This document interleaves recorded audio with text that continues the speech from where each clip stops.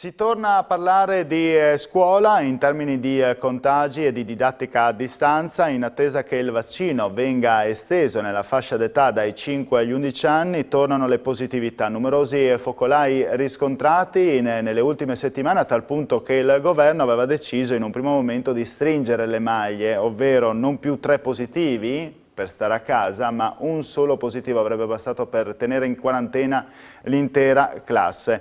Poi la notte, o meglio il pomeriggio, porta a consiglio in serata, nella serata di ieri, lo stop da parte di Draghi a questa nuova circolare che pare neanche lui lo sapesse inizialmente, e così si torna indietro. Per le classi dei bambini dai 6 ai 12 anni, dunque iscritti alle scuole primarie e medie, basteranno invece 2 soli contagi per attivare la procedura di isolamento. Però prima cerchiamo di chiarire un po' la questione, perché si è già fatta fin troppa confusione, fa anche rima, con Paolo De Nardo, che è dirigente scolastico dell'Istituto Comprensivo terzo e quarto di Udine. Buonasera. Buonasera. Allora, spero di non averla fatta anch'io un po' di confusione tra 1, 2, 3 positivi, però questo va ricaduto direttamente su di voi dirigenti scolastici, che immagino siete presi da non solo questo tipo di incombenza, ce ne sono altre, ne racconteremo nel corso della puntata. Come avete accolto questo rimbalzo di notizie? Francamente fa un po' sconcerto che una nota ministeriale venga smentita a distanza di 24 ore dalla sua emanazione. Purtroppo questo si colloca in una linea in cui capita spesso che noi riceviamo delle indicazioni che poi insomma vengono smentite, vengono chiarite o tentano di essere chiarite. Sono circa 2 anni che andiamo avanti in queste condizioni. E naturalmente la confusione non aiuta le scuole. A dir la verità poi una cosa sono le note, altra cosa è quello che avviene nella realtà. Quello che avviene nella realtà dipende dalle risorse che ci sono in campo, sia da parte delle scuole ma sia soprattutto da parte delle aziende sanitarie. Un esempio per tutti: a inizio novembre era uscito un nuovo protocollo per i tracciamenti e le quarantene in ambito scolastico, che prevedeva il famoso T0, cioè la somministrazione di un tampone immediato nell'evidenza di un caso positivo per evitare la sospensione delle lezioni e la conseguente didattica digitale. Beh, il T0 non si è mai realizzato perché evidentemente non ci sono le risorse. Le risorse a livello di personale? Certo, immagino proprio che sia così, le risorse a livello di personale di dipartimenti, di aziende sanitarie. A tal punto che appunto sappiamo, almeno Draghi ha detto ok, torniamo sulla stessa onda precedente, 3 positivi, allora la classe viene messa in quarantena, non 1 in isolamento con nuovi test, però dall'altra parte ha chiesto a Figliuolo, al commissario, di impegnarsi nel tracciamento, di fare in modo che la propria struttura aiuti le ASL in questo, perché quello che è fallito è proprio quello che lei diceva prima, De Nardo. Esattamente questo. E mi permetto di dire che siamo in questa situazione da quasi 2 anni. In quasi 2 anni posso con una punta di orgoglio dire che il sistema scuole nel suo complesso ha retto. Perché noi abbiamo retto l'impatto con tutti i nostri limiti e con tutte le nostre difficoltà, ma non tutti i sistemi del nostro Paese hanno retto allo stesso modo. Il fatto che in questo momento il Presidente del Consiglio chieda al generale Figliuolo di intervenire esattamente su questo punto, che è un punto cruciale per combattere la pandemia, è abbastanza significativo. Senta, i tamponi rapidi hanno fallito quindi? Cioè nel senso quelli salivari? Abbiamo sentito di alcune classi i cui i tamponi risultavano nulli, quindi le classi dovevano stare a 10 giorni in quarantena anziché 4-5, poi si dovevano fare, siccome erano nulli questi tamponi salivari, si doveva arrivare al molecolare, ma intanto la DAD proseguiva. Cioè sì, è un sistema che non va. Certo, alcune di queste situazioni si sono verificate. Anche da lei? Per alcuni bambini sì. per alcuni bambini c'era proprio la difficoltà di avere dei test validi, per cui hanno dovuto essere rifatti e nel frattempo ovviamente i bambini hanno dovuto stare a casa, chiaramente quelli che erano interessati da questa situazione. Purtroppo è capitato e immagino anche che questo sia una delle difficoltà che si incontrano quando si somministrano dei test a dei bambini anche molto piccoli, quindi non mi sento di dare la croce addosso all'azienda sanitaria per questa cosa. Senta, il ritorno alla didattica a distanza, qualora dovesse esserci, qualora la situazione, e speriamo di no, dovesse peggiorare, in questo caso si dovrebbe arrivare però alla zona rossa, sarebbe vista in maniera totalmente negativa? Sarebbe una catastrofe per voi, cioè il fatto di tornare indietro, oppure sarebbe un modo per dire, vabbè, c'è comunque la didattica a distanza, i ragazzi magari sono abituati, e anche voi professori siete abituati, i presidi, i vostri direttamente professori sono abituati, quindi non bisogna preoccuparsi, non bisogna guardarla in maniera totalmente negativa. No, ma io ribadisco, la scuola in questi anni ha tenuto e credo che terrà anche se dovessimo trovarci nuovamente in una situazione di emergenza. Su questo non ho molti dubbi, tanto più che rispetto a quasi 2 anni fa abbiamo maggiori dotazioni, maggiori competenze, maggiori capacità e anche i ragazzi hanno maggiori capacità di mettersi in relazione con la scuola. C'è da dire che noi la chiamiamo didattica a distanza o didattica digitale, che dir si voglia, ma in questo momento questa sarebbe didattica di emergenza. E mi piacerebbe distinguere anche le due locuzioni, perché la didattica digitale dovrebbe essere qualcosa che entra nell'ordinarietà della scuola. Quando finalmente usciremo da questa situazione bisognerà prevedere di in qualche modo normare anche questo aspetto e fare in modo che quello che abbiamo appreso in questi anni venga poi portato nell'esperienza quotidiana delle scuole. Ma quella sarà vera didattica digitale. Se dovessimo chiudere le scuole sarebbe nuovamente didattica di emergenza e mi sento di dire per i più piccoli sarebbe comunque un problema. Per i detrattori, quelli che dicevano, un anno fa si diceva, si parlava, no, i ristoranti sono il luogo di contagio, no, è il luogo di lavoro, no, è lo stadio, no, sono le discoteche. Adesso tutti puntano il dito nei confronti della scuola. La scuola è un luogo di contagio, secondo lei? Francamente io penso che la scuola sia uno dei luoghi più sicuri che ci sono, perché il personale comunque viene controllato, tutto il personale per poter lavorare ha necessità di avere il Green Pass, quindi è assolutamente controllato. I bambini no, però abbiamo le sanificazioni quotidiane, le distanze, l'aerazione dei locali e poi c'è un'evidenza. Anche laddove abbiamo avuto dei bambini che sono risultati positivi al Covid, non abbiamo avuto moltissimi focolai in regione. Personalmente nelle mie scuole non c'è stato neanche un focolaio e questo secondo me dimostra proprio che la scuola non è luogo del contagio. C'è da attendere comunque solo il vaccino perché tutto questo sparisca, anche dai 5 agli 11 anni. Lei si sente sicura, consiglierebbe, anche se lei non è un medico, ma consiglierebbe ai genitori di fare il vaccino, in un'età molto piccola come quella dai 5 agli 11 anni? Io francamente sono in difficoltà a rispondere a questa domanda, glielo dico molto sinceramente, proprio perché non è la mia competenza e ritengo che ci siano delle evidenze tali per cui nei paesi dove la vaccinazione è più alta ci sono dei risultati in termini di contagio migliori, ma basta vedere quanto accade tra noi e la vicina Slovenia e la vicina Austria. Il tasso di vaccinazione è molto diverso, gli esiti sono molto diversi, sebbene anche noi viviamo una situazione non facile in questo momento.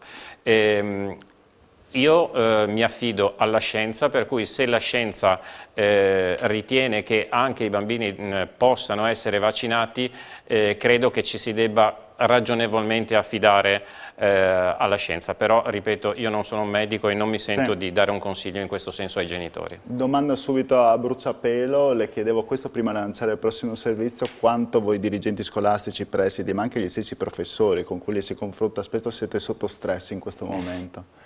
A bruciapelo proprio, da una scala da 1 a 10.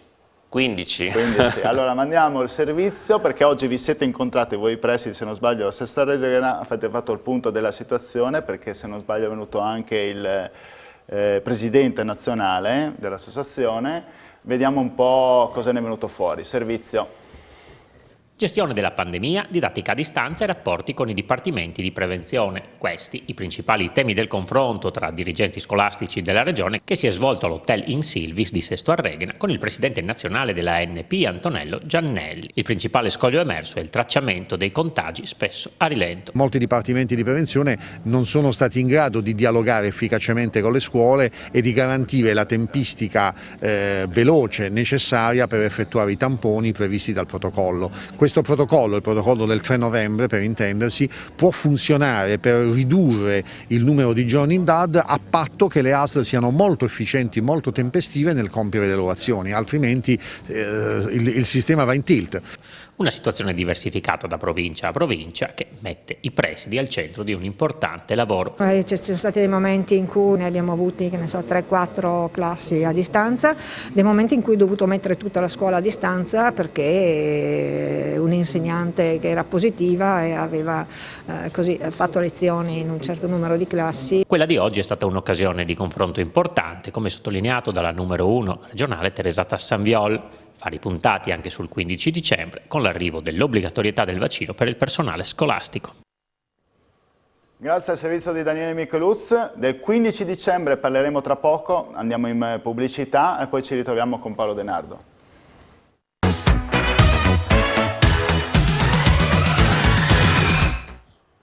Nuovamente a parlare di scuola con questa puntata di Screenshot, la prima della settimana. Avrete sicuramente sentito parlare in questi giorni del dietrofront del governo. Prima, fino a una settimana fa, con 3 positivi si andava in isolamento, in quarantena per quanto riguarda i ragazzi, poi a un certo punto sembrava che ne bastasse solo uno, adesso si è tornati a 3.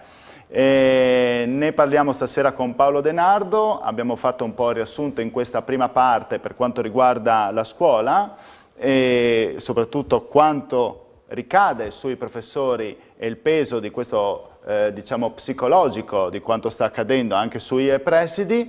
Vogliamo però affrontare altri 2 tipi di argomenti, tolto la questione dei contagi, su quello che accadrà 6 dicembre e 15 dicembre. 6 dicembre controlli su Green Pass anche sui mezzi di trasporto e 15 dicembre obbligatorietà per quanto riguarda il personale scolastico. Iniziamo dal 6 dicembre, il primo passo, e dopodomani praticamente.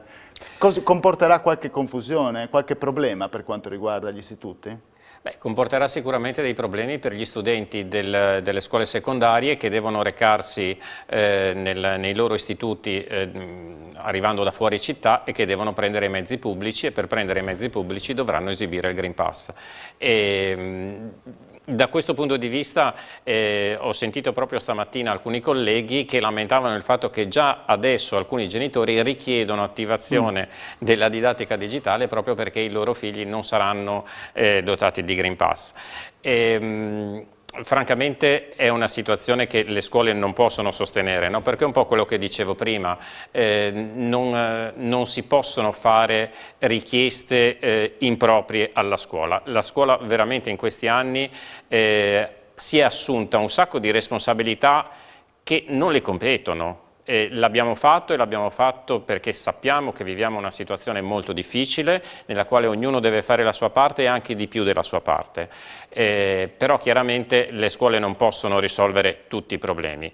Ci sarà sicuramente un problema legato al recarsi a scuola, però la scuola questo non può risolverlo. Come ritiene questo utilizzo del Green Pass? Lei è favorevole anche al Green Pass, Super Green Pass, tutti questi strumenti che Draghi ha adottato in questi mesi per poter un po' anticipare e permetterci di fare un Natale un po' più tranquillo, in serenità?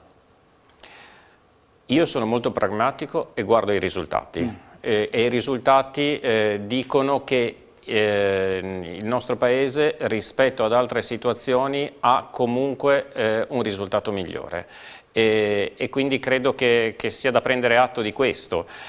Poi si può discutere su tante cose che potevano essere fatte in modo diverso o quant'altro, però io ritengo che il Green Pass sia stato uno strumento di protezione, sia uno strumento di protezione, e ritengo che il vaccino sia lo strumento principale che abbiamo in questo momento. Poi in futuro ce ne saranno altri, sono allo studio dei medicinali che speriamo arrivino presto e diano la possibilità di combattere ulteriormente questo virus che ci ha colpito appunto negli ultimi anni. Però ritengo che le misure adottate fino adesso siano risultate efficaci e secondo me questo è quello che conta.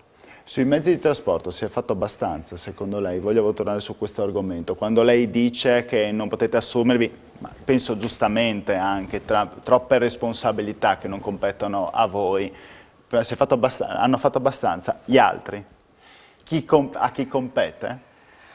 Ma io francamente penso di sì, nel senso che trovare ulteriori mezzi oltre a quelli che sono stati messi a disposizione credo che non fosse francamente possibile. I mezzi sono utilizzabili, se non sbaglio adesso all'80%, sì. Quindi credo che si sia fatto. Chiaramente quello che cambia dal 6 dicembre è la condizione per salirci sopra questi mezzi e questo è un ulteriore passaggio che insomma qualche mese fa non era preventivabile, ma qualche mese fa non era preventivabile neanche l'aumento dei contagi che stiamo registrando. Sembra quasi una corsa ed è difficile preventivare, appunto, anche se non ci insegna mai abbastanza questo Covid, ce lo teniamo da 2 anni, ma ogni volta scopriamo qualcosa di nuovo, tipo nuove varianti come l'Omicron.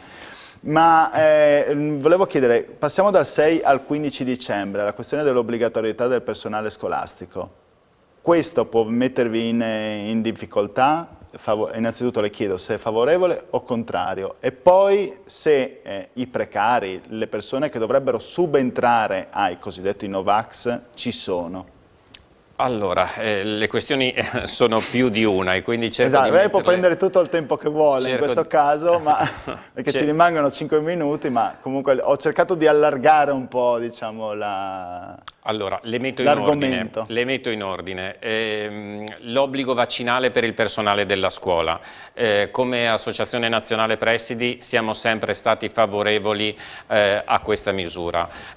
Poi, nella concretezza come debba essere applicata è materia tecnica che non compete a noi. Sì. Però chiaramente noi abbiamo un atteggiamento favorevole nei confronti di questa misura. Che cosa accadrà il 15? Che cosa accadrà il 15 ci preoccupa perché io mi sono permesso di fare un sondaggio nei giorni scorsi con i colleghi della provincia di Udine e insomma si registra, per quello che noi ne possiamo sapere naturalmente, una percentuale che va dal 5 al 10% di persone attualmente non vaccinate. E 5-10% in termini assoluti sono dei numeri importanti. E sostituire tutte queste persone, se dovessero confermare la loro scelta di non vaccinarsi, non sarà facile. Già adesso molte graduatorie sono esaurite e quindi faremo difficoltà a trovare gli insegnanti, ma faccio anche notare un altro aspetto. Se ad essere assenti è personale amministrativo, la difficoltà sarà ancora maggiore, perché il personale amministrativo può essere sostituito dopo 30 giorni di assenza continuativa e chi lavora in segreteria, soprattutto in alcune aree, deve avere una competenza tecnica che si affina nel tempo e che non è facile reperire. Quindi chiaramente quello che accadrà dopo il 15 ci mette un pochino in allarme, sì. Si rischia di non aprire o chiudere delle scuole, quando lei mi parla di personale amministrativo, che è quello che preoccupa ancora di più in questo momento. Sì, questo oggettivamente potrebbe capitare. Abbiamo evidenze in alcune scuole dove questa concentrazione di persone restie alla vaccinazione è molto alta, dove effettivamente potrebbe accadere di non avere il personale per aprire alcune scuole. Faremo ovviamente come sempre il possibile perché questo non accada. In questi giorni lei ha potuto confrontarsi con qualcuno che era restio alla vaccinazione nel suo istituto comprensivo? Sì, lo fa. Come si è comportato lei? Come ha avuto modo di poter interloquire con queste persone, se si stanno convincendo a fronte anche di questo Super Green Pass, a fronte dell'obbligatorietà, a fronte di una stretta maggiore, oppure se sono proprio degli irriducibili? Allora, io credo che tra questo 5-10% di cui ho parlato ci siano situazioni molto diversificate e qui entra in campo, mi sento di dire, una misura di umanità e di rapporto umano che non bisogna perdere in questa situazione e secondo me è il rischio che stiamo correndo durante questa pandemia. Che cosa intendo dire? Che sicuramente c'è qualcuno che ne fa una questione di convinzione, mi sento di dire ideologica e su questi c'è poco da fare. Ci sono altre persone che invece hanno delle resistenze dovute ad una loro storia personale che è anche magari una storia clinica particolare e qui quello che io mi sono sentito di consigliare è di rivolgersi ai medici vaccinatori per dialogare con loro e per capire quanto effettivamente i loro timori siano fondati o meno e su queste persone credo si debba lavorare e debbano trovare un canale di ascolto e di decisione informata. Senta, volevo farmi una spinta ancora un po' più in là, anche se per chiudere questa puntata, anche se è un futuro che potrebbe essere veramente prossimo, il PNRR guarda alla scuola? Secondo me non a sufficienza.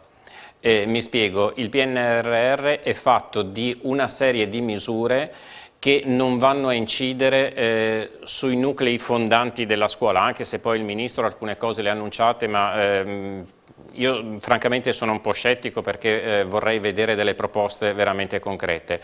Quali sono le vere riforme che sarebbero necessarie alla scuola? Le vere riforme che sarebbero necessarie alla scuola sono quelle che riguardano la selezione e la valutazione del personale. Le metto insieme queste due voci perché la qualità della scuola è fatta dalle persone che ci lavorano e selezionare le persone, accompagnarle nel loro percorso professionale anche attraverso un sistema di valutazione che non ha lo scopo di premiare o punire, ma che ha lo scopo di accompagnare e aiutare il miglioramento, è assolutamente essenziale per la scuola e questo nel piano di ripresa e resilienza non c'è. Ci sono tutta una serie di misure importanti, ma tutto questo manca. Bene, io la ringrazio Denardo per essere venuto a trovarci in trasmissione, faccio l'in bocca al lupo sia per il presente, sperando che non ne arrivino altre circolari a sorpresa magari in serata o domani mattina, e soprattutto per il futuro prossimo, perché avete un compito molto ma molto importante, stare a fianco delle famiglie e incoraggiare soprattutto questi giovani che sono il nostro futuro. Grazie mille, buona serata. Grazie a voi, buona serata. Bene, noi ci vediamo venerdì con Screenshot, giovedì invece ci sarà con voi Daniele Micheluz. Grazie, arrivederci.